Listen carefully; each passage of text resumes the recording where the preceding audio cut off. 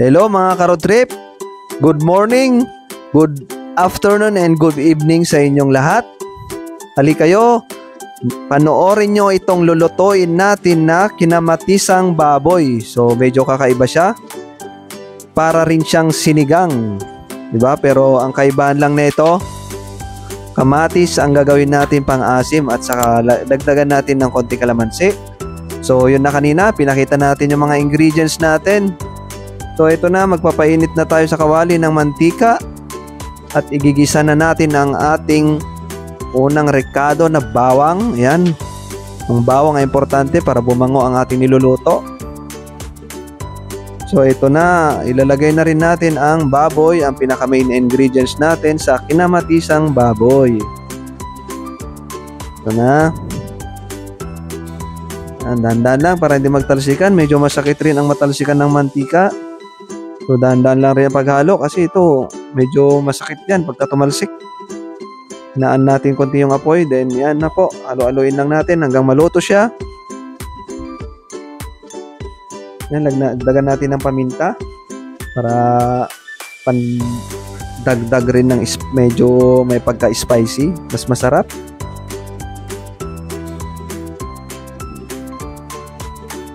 Okay, yan na, haluin na natin para kumalat ang nilagay natin na paminta para mai-mix talaga ng maayos at ma-feel niya lahat ng pork natin.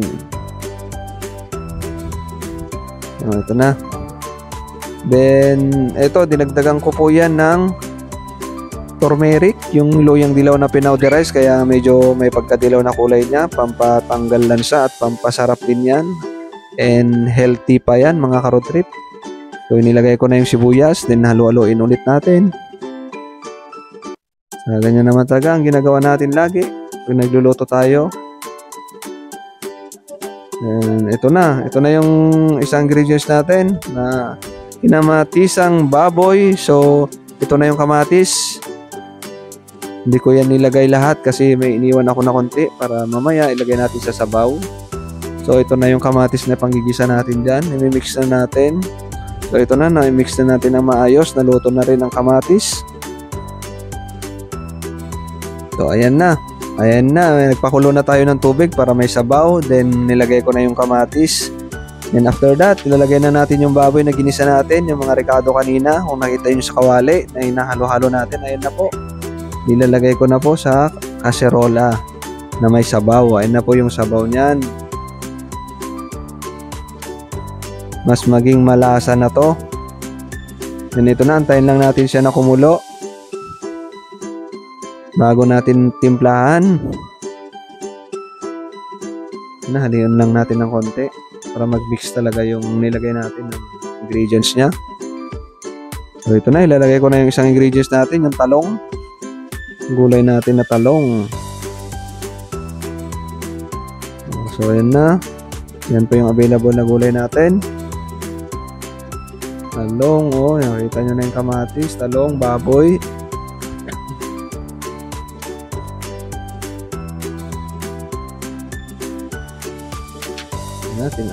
Lagyan na natin, timpla na natin, nilagyan ko na ng asin. I-mix natin yung asin para matunay ng maayos. Then titikman po natin yan kung okay na ba yung alat o need pa natin dagdagan. Ayan, medyo kulang pa. Lagyan natin yung asin pala natin, Himalayan salt po yan. Then ito na, nilalagay ko na yung kalamansi. Nakita nyo kaninang ingredients ng kalamansi, piniga ko na po yan. Para yung juice niya na po yung hinalo ko. Tikman natin kung tama na yung asim. So ayan na, nangagat yung asim. Ito na, pwede nang ulamin pero kulang pa yan. Hindi pa dyan nagtatapos. Ilalagay pa natin yung ceiling green. Yan po, paborito ko po yan ilagay sa aking mga niluluto. Kailangan may sili kasi yan, pag kinain mo yan, medyo spicy talaga. Then ito na yung gulay natin na Baguio Pechay. Medyo naparami po tayo niyan. Ayan po, punong-puno ng Baguio Pechay yan. So ito, Hindi kailangan lutong-luto. Pagka isang kulo lang yan, pwede na natin tanggalin. At luto na po yun, ibig sabihin. Yan, lalagay po natin lahat.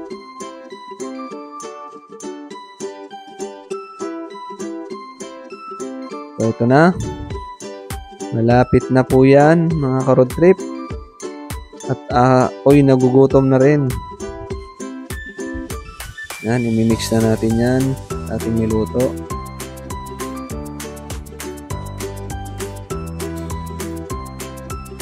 At maya, alali kayo ha. Iyain ko na kayong kumain. Sa mga nanonood pala dyan, ng mga viewers natin, mga kapwa natin vloggers, salamat po sa inyo sa mga nakaraan mga suporta nyo at sa mga video natin. At saka ngayon, thank you sa inyong lahat. Ayan na po, yung kinamatisang baboy natin. Hindi na kayo, kumuha na kayo ng kanin at sabay-sabay na tayong kumain. Thank you sa inyo.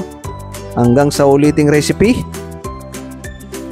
Ay, my lobo, alipad langit, hindi ko kita, putok na pala, kanya pera mo, ang pili lobo, pakain sana, pakain